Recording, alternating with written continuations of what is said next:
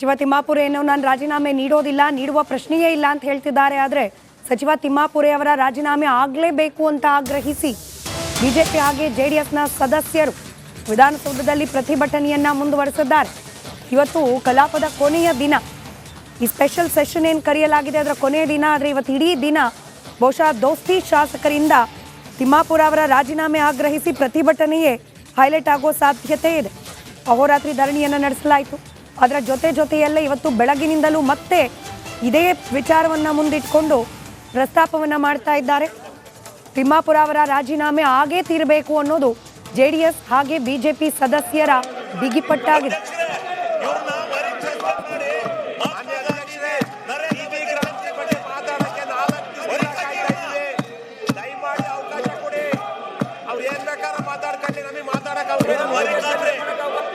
ಕೂಲಿನ ಕೇಂದ್ರ ಸರ್ಕಾರನೇ ಕೊಡ್ತಾ ಇತ್ತು ಸಭಾಧ್ಯಕ್ಷರೇ, ಇವತ್ತು ರಾಜ್ಯ ಸರ್ಕಾರ ಕೊಡ್ತದೆ. ಅದನ್ನು ಕೂಡ ನಾವು ಒಪ್ಕೊಂಡ್ರೆ ಇವ್ರು ತಂದಿರ್ತಕ್ಕಂಥ ಕಾಯ್ದೆ ಅಡಿಯಲ್ಲಿ ಏನು 1,51,000 ಕೋಟಿ ರೂಪಾಯಿಗಳನ್ನ ನಾವಿವತ್ತು ನರೇಗಾಗೆ ಇಟ್ಟಿದ್ದೀವಿ ಅಂತ ಹೇಳ್ತಾರೆ ಸಭಾಧ್ಯಕ್ಷರೇ. ಅದು ಯಾರಿಗೆ ಸಾಕಾಗುತ್ತೆ? 175 ದಿನ ಉದ್ಯೋಗ ಕೊಡ್ತಾರೆ, ನಿಮ್ಮ ಹತ್ರ ಕಾಸೆಲ್ಲಿದೆ? ಸಭಾಧ್ಯಕ್ಷರೇ, ಒಂದು ಅಂಕಿಅಂಶನ ಈ ಸಂದರ್ಭದಲ್ಲಿ ನಾನು ತಮ್ಮ ಗಮನಕ್ಕೆ ತರಕ್ಕೆ ಬಯಸ್ತೀನಿ ಸಭಾಧ್ಯಕ್ಷರೇ.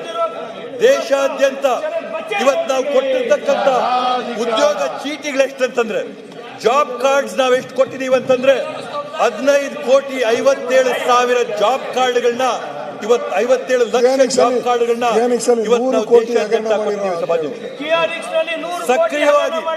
ಸಕ್ರಿಯವಾಗಿರ್ತಕ್ಕಂಥ ಜಾಬ್ ಕಾರ್ಡ್ ಸಭಾಧ್ಯಕ್ಷರೇ 8,65,00,000 ಸಕ್ರಿಯವಾಗಿ ಜನ ಬಳಸ್ತಾ ಇರ್ತಕ್ಕಂಥ ಜಾಬ್ ಕಾರ್ಡ್ ಇವೆ. ವಿಧಾನಸಭೆಯಲ್ಲಿ ವಿರೋಧ ಪಕ್ಷಗಳಿಂದ ಧರಣಿ ಮುಂದುವರೆದಿದೆ. ಅಹೋರಾತ್ರಿ ಹೋರಾಟ ಮಾಡುತ್ತಿದ್ದಾರೆ ಬಿಜೆಪಿ ಹಾಗೆ ಜೆಡಿಎಸ್ನ ಶಾಸಕರು. ಸ್ಪೀಕರ್ ಕಚೇರಿಗೆ ತೆರಳಿದ್ದಾರೆ ಮುಖ್ಯಮಂತ್ರಿ ಸಿದ್ದರಾಮಯ್ಯ. ವಿಧಾನಸೌಧದ ಸ್ಪೀಕರ್ ಕೊಠಡಿಗೆ ತೆರಳಿದ್ದಾರೆ. ಪ್ರತಿಪಕ್ಷಗಳ ಧರಣಿ ಹಿನ್ನೆಲೆಯಲ್ಲಿ ಸ್ಪೀಕರ್ ಜೊತೆ ಚರ್ಚೆ ನಡೆಸಲಾಗ್ತಾ ಇದೆ. ಸಿಎಂ ಬೆನ್ನಲ್ಲೇ ತಿಮ್ಮಾಪುರ ಕೂಡ ಸ್ಪೀಕರ್ ಕೊಠಡಿಗೆ ತೆರಳಿದ್ದಾರೆ.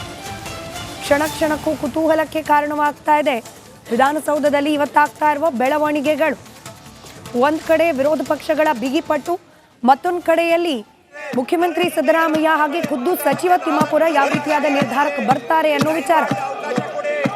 ಸದ್ಯಕ್ಕೆ ಸ್ಪೀಕರ್ ಅವರ ಕಚೇರಿಗೆ ಭೇಟಿ ನೀಡಿದ್ದಾರೆ ಮುಖ್ಯಮಂತ್ರಿ ಸಿದ್ದರಾಮಯ್ಯ. ನಾನು ಹೇಳ್ತಿದ್ರೆ ಈ ಸದನ ಹಾಳು ಮಾಡ್ತಾವ್ರೆ, ವರಿಕಾಕಿ ಹೇಳ್ತೀನಿ ಇವ್ರನ್ನ. ನಾನು ನೇಮ್ ಮಾಡ್ತಾ ಇದ್ದೀನಿ ವರಿಕಾಕಿ ಇವ್ರನ್ನ. ಅಧ್ಯಕ್ಷರೇ, ಇವ್ರನ್ನ ಮಾಡಿ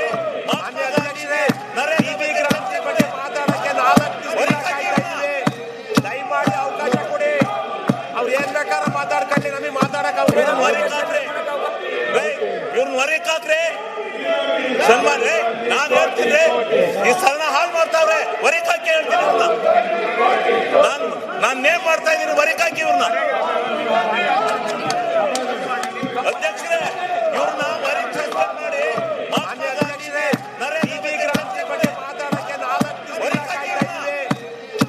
ಅವಕಾಶ ಕೊಡಿ. ಅವ್ರು ಏನ್ ಬೇಕಾದ್ರೆ ಮಾತಾಡ್ಕೊಳ್ಳಿ, ನಮಗೆ ಮಾತಾಡಕ್ ಇವ್ರನ್ನ ವರಿಕಾಕ್ರೆ ಸನ್ಮಾನ್ರೆ. ನಾನು ಹೇಳ್ತಿದ್ರೆ ಈ ಸದನ ಹಾಳು ಮಾಡ್ತಾವ್ರೆ, ವರಿಕಾಕಿ ಹೇಳ್ತೀನಿ ಇವ್ರನ್ನ. ನಾನು ನೇಮ್ ಮಾಡ್ತಾ ಇದ್ದೀನಿ ವರಿಕಾಕಿ ಇವ್ರನ್ನ. ಅಧ್ಯಕ್ಷರೇ, ಇವ್ರನ್ನ ಮತ್ತಷ್ಟು ಡೀಟೇಲ್ಸ್ ನಮ್ಮ ಪ್ರತಿನಿಧಿ ಬಸವರಾಜ್ ನೀಡ್ತಾರೆ. ಬಸವರಾಜ್, ಮುಖ್ಯಮಂತ್ರಿಗಳು ಸ್ಪೀಕರ್ ಕೊಠಡಿಗೆ ಭೇಟಿ ನೀಡಿರೋದು ಕುತೂಹಲ ಕಾರಣವಾಗ್ತಿದೆ, ಏನ್ ರೀಸನ್ ಇರಬಹುದು?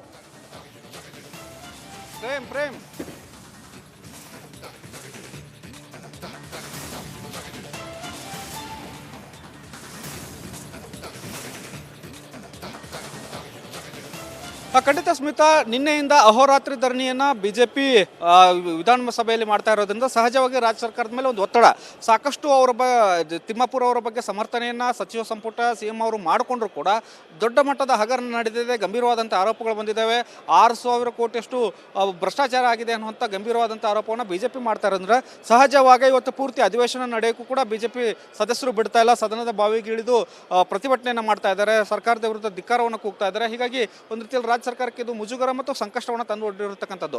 ಇವತ್ತು ಪೂರ್ತಿ ದಿನ ಕಲಾಪವನ್ನು ನಡೆಸಬೇಕನ್ನುವಂಥ ನಿಟ್ಟಿನಲ್ಲಿ ಸರ್ಕಾರ ಸ್ಪೀಕರ್ ಅವರು ತಯಾರಿಯನ್ನು ಮಾಡಿಕೊಂಡಿದ್ರು. VBG ರಾಮ್ಜಿ ಬಿಲ್ ಅನ್ನು ವಿರೋಧಿಸಿ ಒಂದಷ್ಟು ಮಂಡನೆ ಮಾಡಬೇಕು ಸದನದಲ್ಲಿ, ಈ ಒಂದಷ್ಟು ವಿಚಾರಗಳ ಬಗ್ಗೆ ಪ್ರಸ್ತಾಪ ಮಾಡಬೇಕನ್ನುವಂಥ ನಿಟ್ಟಿನಲ್ಲಿ ರಾಜ್ಯ ಸರ್ಕಾರ ಇತ್ತು. ಆದರೆ ಈಗ RB ತಿಮ್ಮಾಪುರ ಅವರ ರಾಜೀನಾಮೆಗೆ ಒತ್ತಾಯಿಸಿ ಬಿಜೆಪಿ ಪ್ರತಿಭಟನೆ ಮಾಡ್ತಾ ಇರೋದ್ರಿಂದ ಸಹಜವಾಗಿ ಸದನದಲ್ಲಿ ತೀವ್ರವಾದಂಥ ಗದ್ದಲ ಎದ್ದಿದೆ. ಯಾವುದೇ ಕಾರಣಕ್ಕೂ ನಾವು ಈ ಪ್ರತಿಭಟನೆಯಿಂದ ಹಿಂದೆ ಸರಿಯಲ್ಲ ಅನ್ನುವಂಥ ಮಾತನ್ನು ಬಿಜೆಪಿ ಸದಸ್ಯರು ಹೇಳ್ತಾ ಇದ್ದಾರೆ. ಹೀಗಾಗಿ ಸದನವನ್ನು ಯಾವ ರೀತಿಯಾಗಿ ನಡೆಸಬೇಕು ಅನ್ನೋಂಥದ್ದು ಒಂದು ಈ VBG ರಾಮ್ಜಿ ಬಿಲ್ ಬಗ್ಗೆ ಮಂಡನೆ ಮಾಡಬೇಕಾದಂಥ ಅನಿವಾರ್ಯತೆ ಇದೆ.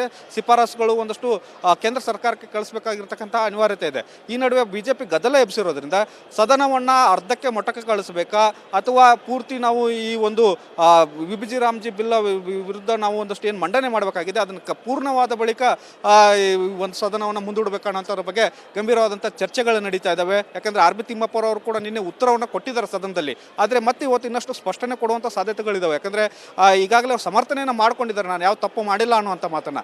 ಆದರೂ ಕೂಡ ಇನ್ನೊಂದು ಬಾರಿ CM ಹಾಗೂ ತಿಮ್ಮಾಪುರ ಅವರು ಸದನದಲ್ಲಿ ಸಮರ್ಥನೆಯನ್ನು ಮಾಡಿಕೊಳ್ಳುವಂಥ ಸಾಧ್ಯತೆಗಳಿದ್ದಾವೆ. ಒಂದು ವೇಳೆ ನಾವು ಉನ್ನತ ಮಟ್ಟದ ತನಿಖೆಗೂ ವಹಿಸ್ತೇವೆ ಇದನ್ನು ಅನ್ನುವಂಥ ನಿಟ್ಟಿನಲ್ಲೂ ಕೂಡ ಒಂದಷ್ಟು ಸಮರ್ಥನೆಯನ್ನು ಅನೌನ್ಸನ್ನು ಕೂಡ ಸದನದಲ್ಲಿ ಮಾಡಬಹುದು. ಹೀಗಾಗಿ ಈಗ ಸದನದಲ್ಲಿ ಗದ್ದಲ ಇದ್ದಿರೋ ಕಾರಣಕ್ಕಾಗಿ ಸ್ಪೀಕರ್ ಖಾದರ್ ಮತ್ತು CM ಸಿದ್ದರಾಮಯ್ಯ RB ತಿಮ್ಮಾಪುರ ಅವರು ಯಾವ ರೀತಿಯಾದಂಥ ಸಂಧಾನವನ್ನು ಮಾಡಬೇಕು, ಸದನವನ್ನು ಸುಲಭವಾಗಿ ಯಾವ ರೀತಿಯಾಗಿ ನಡೆಸಬೇಕು ಅನ್ನುವಂಥ ನಿಟ್ಟಿನಲ್ಲಿ ಚರ್ಚೆಯನ್ನು ಮಾಡ್ತಾ ಇದ್ದಾರೆ. ಸ್ಮಿತಾ, ರಾಜೀನಾಮೆ ಅಂತ ಪಡೆದುಕೊಳ್ಳೋ ಸಾಧ್ಯತೆಗಳು ಕಂಡು ಬರ್ತಾ ಇದೆಯಾ? ಇದ್ರ ಪಾಸಿಬಿಲಿಟೀಸ್ ಎಷ್ಟಿದೆ? ಯಾಕಂದ್ರೆ ವಿರೋಧ ಪಕ್ಷಗಳಂತೂ ರಾಜೀನಾಮೆ ಪಡೆದೇ ತೀರ್ತೀವಿ ಅನ್ನೋ ರೀತಿಯಲ್ಲಿ ಹಠಕ್ಕೆ ಬಿದ್ದಿರೋದು. ಸರ್ಕಾರದ ಮಟ್ಟದಲ್ಲಿ ಅಥವಾ ಕಾಂಗ್ರೆಸ್ ಪಕ್ಷದ ಮಟ್ಟದಲ್ಲಿ ಈ ಬಗ್ಗೆ ಏನು ಚಿಂತನೆ ನಡೀತಾ ಇದೆ?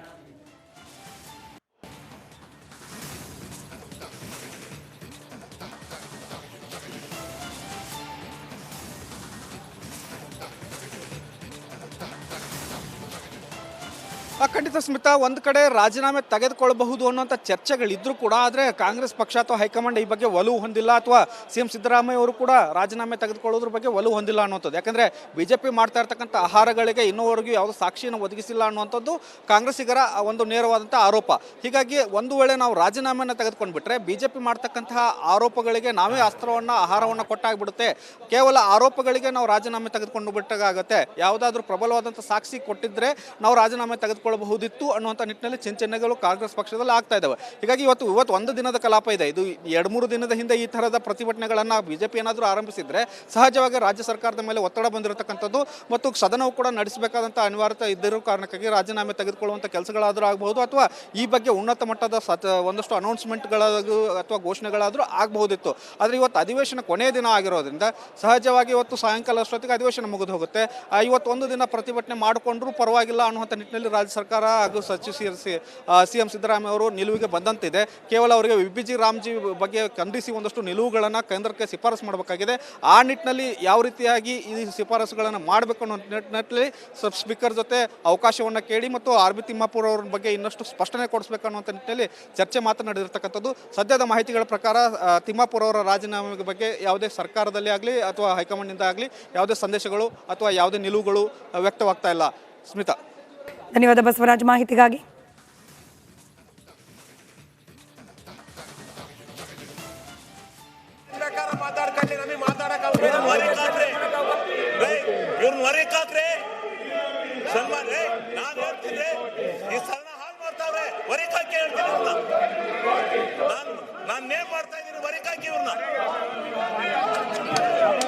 ಗದ್ದಲ, ಗಲಾಟೆ, ಪ್ರತಿಭಟನೆ, ಕೂಗಾಟ ಇದರೆಲ್ಲದರ ನಡುವೆ ಕಲಾಪವನ್ನ ಮುಂದೂಡಲಾಗಿದೆ ಅನ್ನೋ ಮಾಹಿತಿ ಲಭ್ಯವಾಗ್ತಾ ಇದೆ.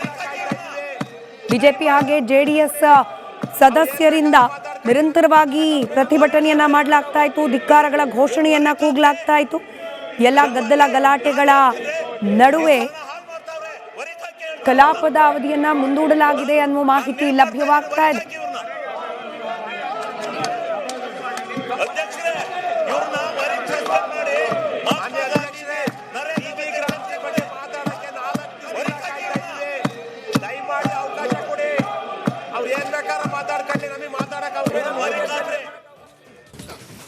ಸಚಿವ ತಿಮ್ಮಾಪುರೆ ನಾನು ರಾಜೀನಾಮೆ ನೀಡುವ ಪ್ರಶ್ನೆಯೇ ಇಲ್ಲ ಅಂತ ಹೇಳ್ತಿದ್ದಾರೆ. ಆದರೆ ಸಚಿವ ತಿಮ್ಮಾಪುರೆ ಅವರ ರಾಜೀನಾಮೆ ಆಗಲೇಬೇಕು ಅಂತ ಆಗ್ರಹಿಸಿ ಬಿಜೆಪಿ ಹಾಗೆ JDSನ ಸದಸ್ಯರು ವಿಧಾನಸೌಧದಲ್ಲಿ ಪ್ರತಿಭಟನೆಯನ್ನ ಮುಂದುವರೆಸಿದ್ದಾರೆ. ಇವತ್ತು ಕಲಾಪದ ಕೊನೆಯ ದಿನ, ಈ ಸ್ಪೆಷಲ್ ಸೆಷನ್ ಏನು ಕರೆಯಲಾಗಿದೆ ಅದರ ಕೊನೆಯ ದಿನ. ಆದರೆ ಇವತ್ತು ಇಡೀ ದಿನ ಬಹುಶಃ ದೋಸ್ತಿ ಶಾಸಕರಿಂದ ತಿಮ್ಮಾಪುರ ಅವರ ರಾಜೀನಾಮೆ ಆಗ್ರಹಿಸಿ ಪ್ರತಿಭಟನೆಯೇ ಹೈಲೈಟ್ ಆಗೋ ಸಾಧ್ಯತೆ ಇದೆ. ಅಹೋರಾತ್ರಿ ಧರಣಿಯನ್ನು ನಡೆಸಲಾಯಿತು. ಅದರ ಜೊತೆಯಲ್ಲೇ ಇವತ್ತು ಬೆಳಗಿನಿಂದಲೂ ಮತ್ತೆ ಇದೇ ವಿಚಾರವನ್ನು ಮುಂದಿಟ್ಕೊಂಡು ಪ್ರಸ್ತಾಪವನ್ನು ಮಾಡ್ತಾ ಇದ್ದಾರೆ. ತಿಮ್ಮಾಪುರ ಅವರ ರಾಜೀನಾಮೆ ಆಗೇ ತೀರಬೇಕು ಅನ್ನೋದು JDS ಹಾಗೆ ಬಿಜೆಪಿ ಸದಸ್ಯರ ಬಿಗಿಪಟ್ಟಾಗಿದೆ.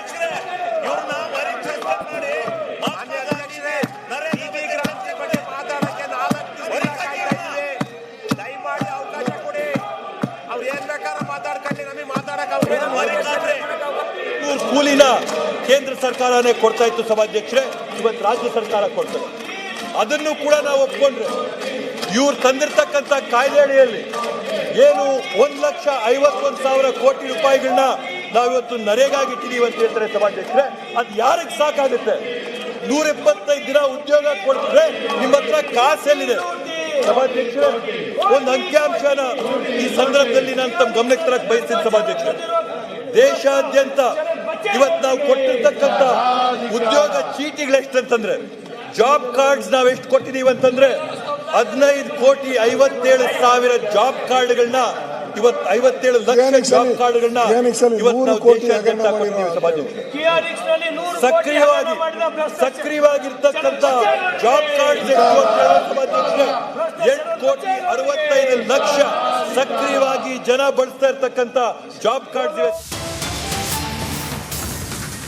ವಿಧಾನಸಭೆಯಲ್ಲಿ ವಿರೋಧ ಪಕ್ಷಗಳಿಂದ ಧರಣಿ ಮುಂದುವರೆದಿದೆ. ಅಹೋರಾತ್ರಿ ಹೋರಾಟ ಮಾಡುತ್ತಿದ್ದಾರೆ ಬಿಜೆಪಿ ಹಾಗೆ JDSನ ಶಾಸಕರು. ಸ್ಪೀಕರ್ ಕಚೇರಿಗೆ ತೆರಳಿದ್ದಾರೆ ಮುಖ್ಯಮಂತ್ರಿ ಸಿದ್ದರಾಮಯ್ಯ. ವಿಧಾನಸೌಧದ ಸ್ಪೀಕರ್ ಕೊಠಡಿಗೆ ತೆರಳಿದ್ದಾರೆ. ಪ್ರತಿಪಕ್ಷಗಳ ಧರಣಿ ಹಿನ್ನೆಲೆಯಲ್ಲಿ ಸ್ಪೀಕರ್ ಜೊತೆ ಚರ್ಚೆ ನಡೆಸಲಾಗ್ತಾ ಇದೆ. ಸಿಎಂ ಬೆನ್ನಲ್ಲೇ ತಿಮ್ಮಾಪುರ ಕೂಡ ಸ್ಪೀಕರ್ ಕೊಠಡಿಗೆ ತೆರಳಿದ್ದಾರೆ. ಕ್ಷಣಕ್ಕೂ ಕುತೂಹಲಕ್ಕೆ ಕಾರಣವಾಗ್ತಾ ಇದೆ ವಿಧಾನಸೌಧದಲ್ಲಿ ಇವತ್ತಾಗ್ತಾ ಇರುವ ಬೆಳವಣಿಗೆಗಳು. ಒಂದ್ ಕಡೆ ವಿರೋಧ ಪಕ್ಷಗಳ ಬಿಗಿಪಟ್ಟು, ಮತ್ತೊಂದು ಕಡೆಯಲ್ಲಿ ಮುಖ್ಯಮಂತ್ರಿ ಸಿದ್ದರಾಮಯ್ಯ ಹಾಗೆ ಖುದ್ದು ಸಚಿವ ತಿಮ್ಮಾಪುರ ಯಾವ ರೀತಿಯಾದ ನಿರ್ಧಾರಕ್ಕೆ ಬರ್ತಾರೆ ಅನ್ನೋ ವಿಚಾರ. ಸದ್ಯಕ್ಕೆ ಸ್ಪೀಕರ್ ಅವರ ಕಚೇರಿಗೆ ಭೇಟಿ ನೀಡಿದ್ದಾರೆ ಮುಖ್ಯಮಂತ್ರಿ ಸಿದ್ದರಾಮಯ್ಯ.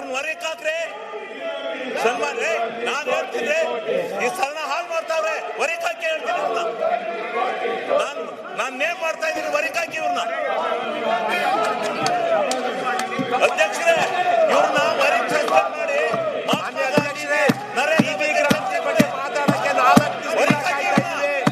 ದಯಮಾಡಿ ಅವಕಾಶ ಕೊಡಿ.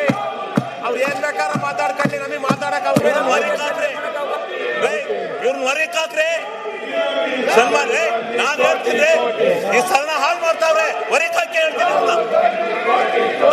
ನಾನು ನೇಮ್ ಮಾಡ್ತಾ ಇದ್ದೀನಿ, ಹೊರಕಾಕಿ ಇವ್ರನ್ನ. ಅಧ್ಯಕ್ಷರೇ, ಇವ್ರನ್ನ ಮಾಡಿ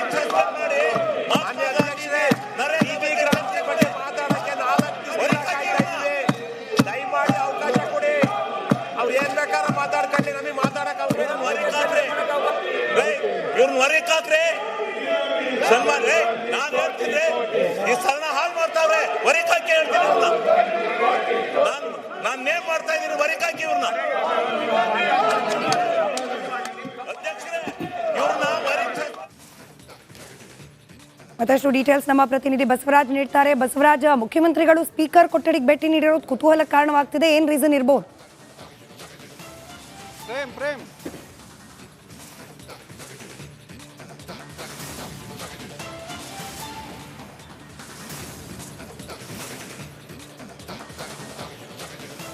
ಖಂಡಿತ ಸ್ಮಿತಾ, ನಿನ್ನೆಯಿಂದ ಅಹೋರಾತ್ರಿ ಧರಣಿಯನ್ನು ಬಿಜೆಪಿ ವಿಧಾನಸಭೆಯಲ್ಲಿ ಮಾಡ್ತಾ ಇರೋದ್ರಿಂದ ಸಹಜವಾಗಿ ರಾಜ್ಯ ಸರ್ಕಾರದ ಮೇಲೆ ಒಂದು ಒತ್ತಡ ಸಾಕಷ್ಟು ತಿಮ್ಮಾಪುರ ಅವರ ಬಗ್ಗೆ ಸಮರ್ಥನೆಯನ್ನು ಸಚಿವ ಸಂಪುಟ CM ಅವರು ಮಾಡಿಕೊಂಡ್ರು ಕೂಡ ದೊಡ್ಡ ಮಟ್ಟದ ಹಗರಣ ನಡೆದಿದೆ, ಗಂಭೀರವಾದಂಥ ಆರೋಪಗಳು ಬಂದಿದ್ದಾವೆ.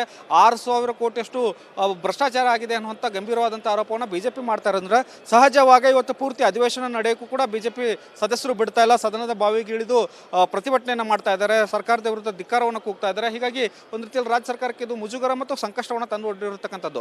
ಇವತ್ತು ಪೂರ್ತಿ ದಿನ ಕಲಾಪವನ್ನು ನಡೆಸಬೇಕನ್ನುವಂಥ ನಿಟ್ಟಿನಲ್ಲಿ ಸರ್ಕಾರ ಸ್ಪೀಕರ್ ಅವರು ತಯಾರಿಯನ್ನು ಮಾಡಿಕೊಂಡಿದ್ರು. VBG ರಾಮ್ಜಿ ಬಿಲ್ ಅನ್ನು ವಿರೋಧಿಸಿ ಒಂದಷ್ಟು ಮಂಡನೆ ಮಾಡಬೇಕು ಸದನದಲ್ಲಿ, ಈ ಒಂದಷ್ಟು ವಿಚಾರಗಳ ಬಗ್ಗೆ ಪ್ರಸ್ತಾಪ ಮಾಡಬೇಕನ್ನುವಂಥ ನಿಟ್ಟಿನಲ್ಲಿ ರಾಜ್ಯ ಸರ್ಕಾರ ಇತ್ತು. ಆದರೆ ಈಗ RB ತಿಮ್ಮಾಪುರ ಅವರ ರಾಜೀನಾಮೆಗೆ ಒತ್ತಾಯಿಸಿ ಬಿಜೆಪಿ ಪ್ರತಿಭಟನೆ ಮಾಡ್ತಾ ಇರೋದ್ರಿಂದ ಸಹಜವಾಗಿ ಸದನದಲ್ಲಿ ತೀವ್ರವಾದಂಥ ಗದ್ದಲ ಎದ್ದಿದೆ. ಯಾವುದೇ ಕಾರಣಕ್ಕೂ ನಾವು ಈ ಪ್ರತಿಭಟನೆಯಿಂದ ಹಿಂದೆ ಸರಿಯಲ್ಲ ಅನ್ನುವಂಥ ಮಾತನ್ನು ಬಿಜೆಪಿ ಸದಸ್ಯರು ಹೇಳ್ತಾ ಇದ್ದಾರೆ. ಹೀಗಾಗಿ ಸದನವನ್ನು ಯಾವ ರೀತಿಯಾಗಿ ರೀತಿಯಾಗಿ ನಡೆಸಬೇಕು ಅನ್ನೋಂಥದ್ದು ಒಂದು ಈ ವಿಬಿಜಿ ರಾಮ್ಜಿ ಬಿಲ್ ಬಗ್ಗೆ ಮಂಡನೆ ಮಾಡಬೇಕಾದಂಥ ಅನಿವಾರ್ಯತೆ ಇದೆ. ಶಿಫಾರಸುಗಳು ಒಂದಷ್ಟು ಕೇಂದ್ರ ಸರ್ಕಾರಕ್ಕೆ ಕಳಿಸಬೇಕಾಗಿರ್ತಕ್ಕಂಥ ಅನಿವಾರ್ಯತೆ ಇದೆ. ಈ ನಡುವೆ ಬಿಜೆಪಿ ಗದ್ದಲ ಎಬ್ಸಿರೋದ್ರಿಂದ ಸದನವನ್ನು ಅರ್ಧಕ್ಕೆ ಮೊಟಕ ಕಳಿಸಬೇಕಾ ಅಥವಾ ಪೂರ್ತಿ ನಾವು ಈ ಒಂದು ವಿಬಿಜಿ ರಾಮ್ಜಿ ಬಿಲ್ ವಿರುದ್ಧ ನಾವು ಒಂದಷ್ಟು ಏನು ಮಂಡನೆ ಮಾಡಬೇಕಾಗಿದೆ ಅದನ್ನು ಪೂರ್ಣವಾದ ಬಳಿಕ ಒಂದು ಸದನವನ್ನು ಮುಂದೂಡಬೇಕನ್ನೋದ್ರ ಬಗ್ಗೆ ಗಂಭೀರವಾದಂಥ ಚರ್ಚೆಗಳು ನಡೀತಾ ಇದ್ದಾವೆ. ಯಾಕಂದರೆ ಆರ್ ಬಿ ತಿಮ್ಮಪ್ಪ ಅವರು ಕೂಡ ನಿನ್ನೆ ಉತ್ತರವನ್ನು ಕೊಟ್ಟಿದ್ದಾರೆ ಸದನದಲ್ಲಿ. ಆದರೆ ಮತ್ತೆ ಇವತ್ತು ಇನ್ನಷ್ಟು ಸ್ಪಷ್ಟನೆ ಕೊಡುವಂಥ ಸಾಧ್ಯತೆಗಳಿದ್ದಾವೆ. ಯಾಕಂದರೆ ಈಗಾಗಲೇ ಸಮರ್ಥನೆಯನ್ನು ಮಾಡ್ಕೊಂಡಿದ್ದಾರೆ, ನಾನು ಯಾವ ತಪ್ಪು ಮಾಡಿಲ್ಲ ಅನ್ನುವಂಥ ಮಾತನ್ನು. ಆದರೂ ಕೂಡ ಇನ್ನೊಂದು ಬಾರಿ CM ಹಾಗೂ ತಿಮ್ಮಾಪುರ ಅವರು ಸದನದಲ್ಲಿ ಸಮರ್ಥನೆಯನ್ನು ಮಾಡಿಕೊಳ್ಳುವಂಥ ಸಾಧ್ಯತೆಗಳಿದ್ದಾವೆ.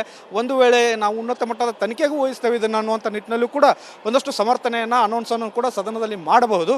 ಹೀಗಾಗಿ ಈಗ ಸದನದಲ್ಲಿ ಗದ್ದಲ ಇದ್ದಿರೋ ಕಾರಣಕ್ಕಾಗಿ ಸ್ಪೀಕರ್ ಖಾದರ್ ಮತ್ತು CM ಸಿದ್ದರಾಮಯ್ಯ ಆರ್ ಬಿ ತಿಮ್ಮಾಪುರ ಅವರು ಯಾವ ರೀತಿಯಾದಂಥ ಸಂಧಾನವನ್ನು ಮಾಡಬೇಕು, ಸದನವನ್ನು ಸುಲಭವಾಗಿ ಯಾವ ರೀತಿಯಾಗಿ ನಡೆಸಬೇಕು ಅನ್ನುವಂಥ ನಿಟ್ಟಿನಲ್ಲಿ ಚರ್ಚೆಯನ್ನು ಮಾಡ್ತಾ ಇದ್ದಾರೆ. ಸ್ಮಿತಾ, ರಾಜೀನಾಮೆ ಅಂತ ಪಡೆದುಕೊಳ್ಳೋ ಸಾಧ್ಯತೆಗಳು ಕಂಡು ಬರ್ತಾ ಇದೆಯಾ? ಇದ್ರ ಪಾಸಿಬಿಲಿಟೀಸ್ ಎಷ್ಟಿದೆ? ಯಾಕಂದ್ರೆ ವಿರೋಧ ಪಕ್ಷಗಳಂತೂ ರಾಜೀನಾಮೆ ಪಡೆದೇ ತೀರ್ತೀವಿ ಅನ್ನೋ ರೀತಿಯಲ್ಲಿ ಹಠಕ್ಕೆ ಬಿದ್ದಿರೋದು. ಸರ್ಕಾರದ ಮಟ್ಟದಲ್ಲಿ ಅಥವಾ ಕಾಂಗ್ರೆಸ್ ಪಕ್ಷದ ಮಟ್ಟದಲ್ಲಿ ಈ ಬಗ್ಗೆ ಏನ್ ಚಿಂತನೆ ನಡೀತಾ ಇದೆ?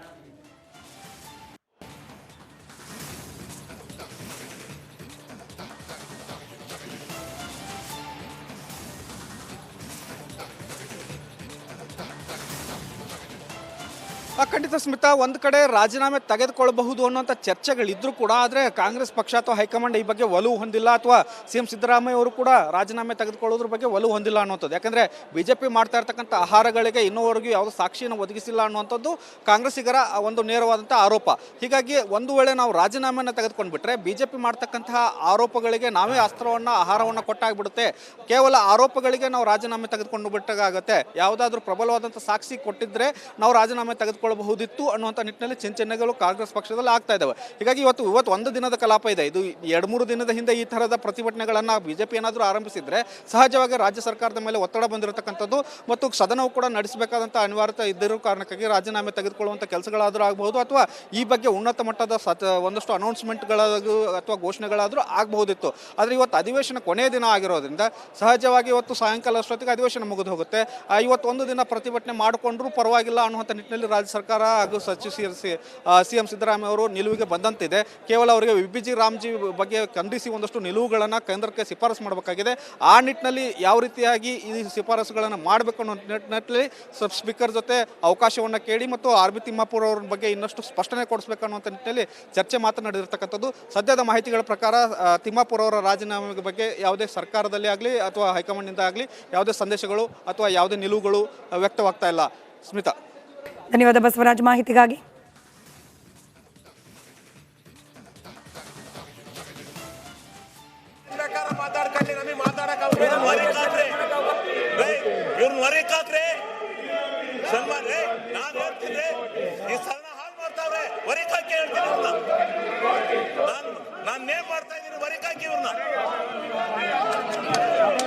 ಗದ್ದಲ, ಗಲಾಟೆ, ಪ್ರತಿಭಟನೆ, ಕೂಗಾಟ ಇದರೆಲ್ಲದರ ನಡುವೆ ಕಲಾಪವನ್ನ ಮುಂದೂಡಲಾಗಿದೆ ಅನ್ನೋ ಮಾಹಿತಿ ಲಭ್ಯವಾಗ್ತಾ ಇದೆ.